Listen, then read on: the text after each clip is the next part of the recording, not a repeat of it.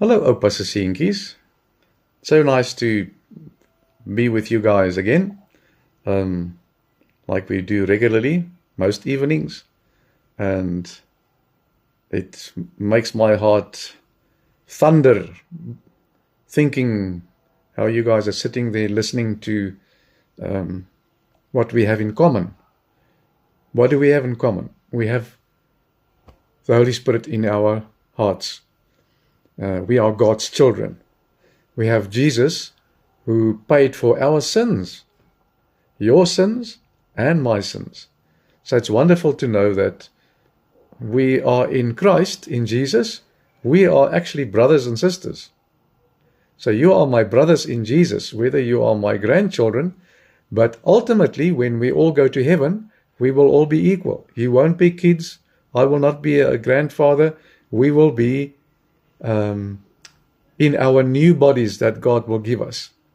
And the new body, which is still me, is an enlightened body. It's a new body given by God. And so on that level, we will all be the same. So we can already say that we are brothers and sisters in Jesus Christ, of what He has done for us. We are believers, we are disciples, we are followers of Jesus. So we have something in common. And that's wonderful for me as a grandfather, to be able to speak to my grandchildren about what is important in our lives. So I hope that one day you will do the same for your children and for your grandchildren, because that's where we are heading, ultimately. And then one day we will meet again in heaven. But for now, we are still on earth, and we are still speaking to each other, and I'm still your grandfather, and I would like to discuss with you chapter 44 from our readings in Laat my lammers wei. Let my sheep graze. Isn't that a wonderful way of saying it?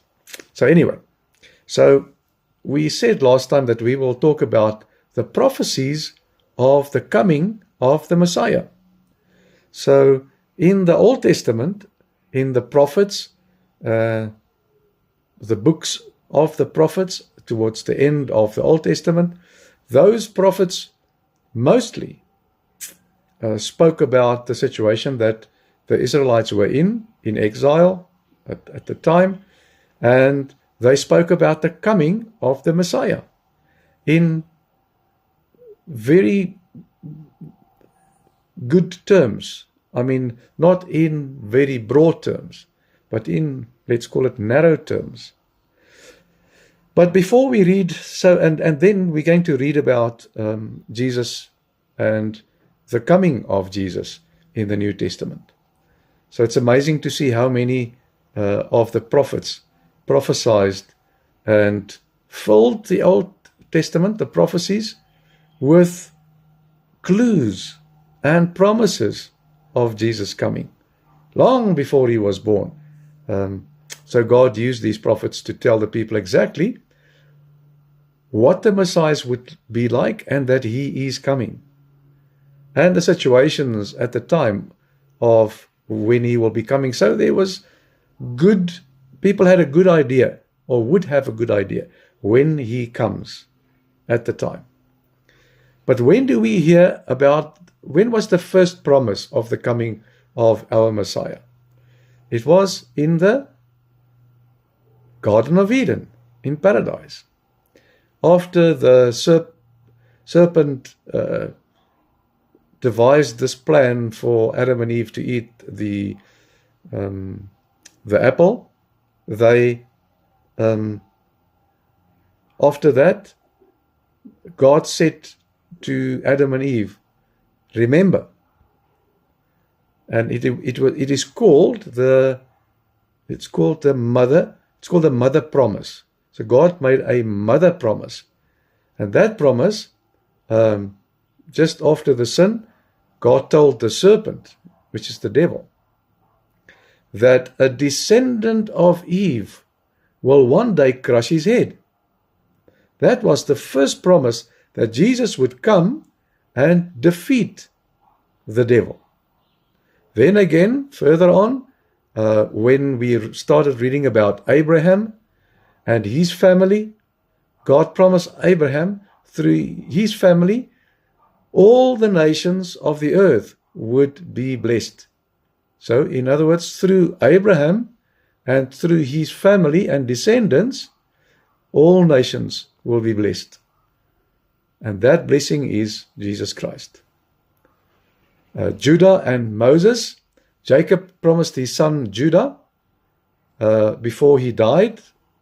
He blessed him and he said that the line of kings would come from his family until the true king, the Messiah, arrives later.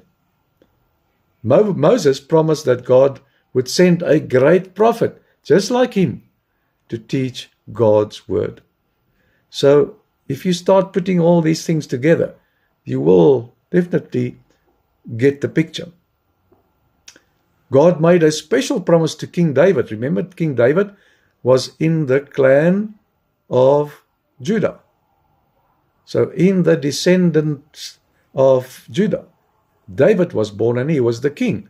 And God told him that his throne and kingdom would last forever. Because Jesus is the eternal king, born from David's family, from the clan of Judah.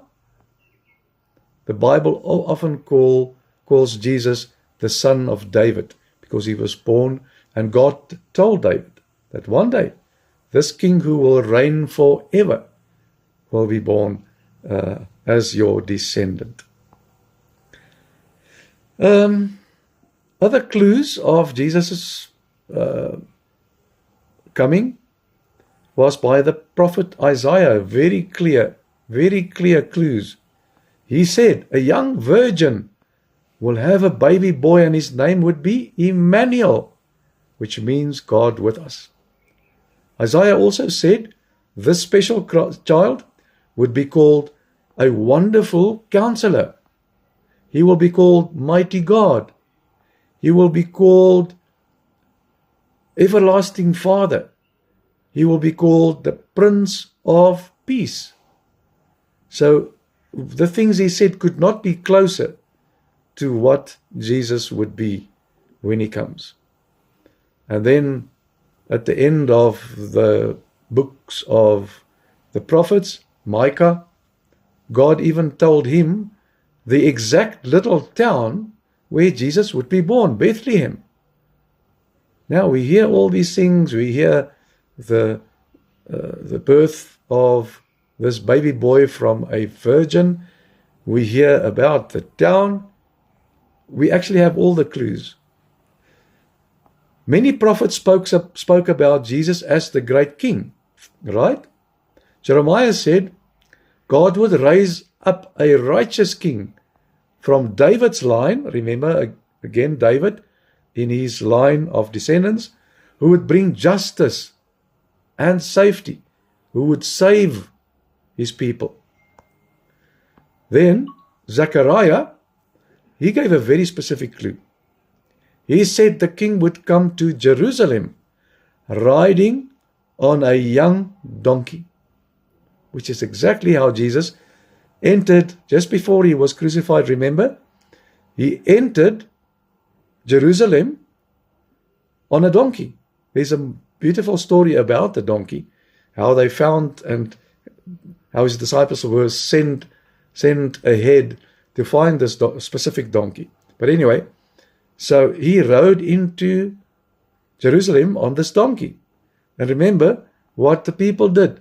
They threw palm leaves and all kinds of stuff and even clothes on the road so that he could enter as a king. There were also clues of Jesus' suffering. In the Old Testament, we have many warnings of how the Messiah would suffer. Even David wrote that in Psalm 22. He predicted the exact words that Jesus would cry out when he is on the cross. He said, my God, why have you forsaken me?" The exact words from Psalm 22 was quoted also by Jesus, which means that those words written by David was an exact prophecy of what Jesus would say. Isn't that amazing? Yeah, Isaiah said he perfectly describes how Jesus would be punished for our sins. It says he would be pierced for our wrongdoing, and he would be led like a quiet lamb to be slaughtered. Exactly what happened to Jesus. But there was also in the Old Testament and these prophets, there was the promises of his return. Not only his coming and his suffering, but also his return. When we read in Daniel, he saw this incredible vision of the future. He saw someone called the Son of Man. That is what he said. Coming with the clouds of heaven. God gave him an everlasting kingdom that will never be destroyed. So he came on the clouds, and then God gave him this everlasting kingdom. This reminds us of the promise that Jesus will one day return on the clouds to judge the world as this everlasting king. So isn't it amazing that throughout the Old Testament, starting in Genesis with the mother promise, right up to Micah at the end of the Old Testament, all these different aspects of Jesus, his coming, his suffering, and his return. So there we have it. That's the Old Testament. We will start with the New Testament next time. But it's amazing that we will speak about Jesus because we have the history of his coming and his suffering. We just don't have the history of his return, but the promise of his return, that we hear all these things from prophets hundreds and hundreds of years before Jesus came. So it'll be nice to actually meet Jesus in the New Testament that was prophesied in the Old Testament. Okay, so that's it for today. You must sleep tight. Remember, Opa and Oma love you too. And hope you do well at school. Everything is fine at home. Please kiss Mama, and you can kiss anybody you want to. Just don't kiss Liam. Just don't kiss your dad or whatever. I wouldn't want to kiss him, but tell him I love him anyway. Okay. Sleep tight. Ciao, ciao.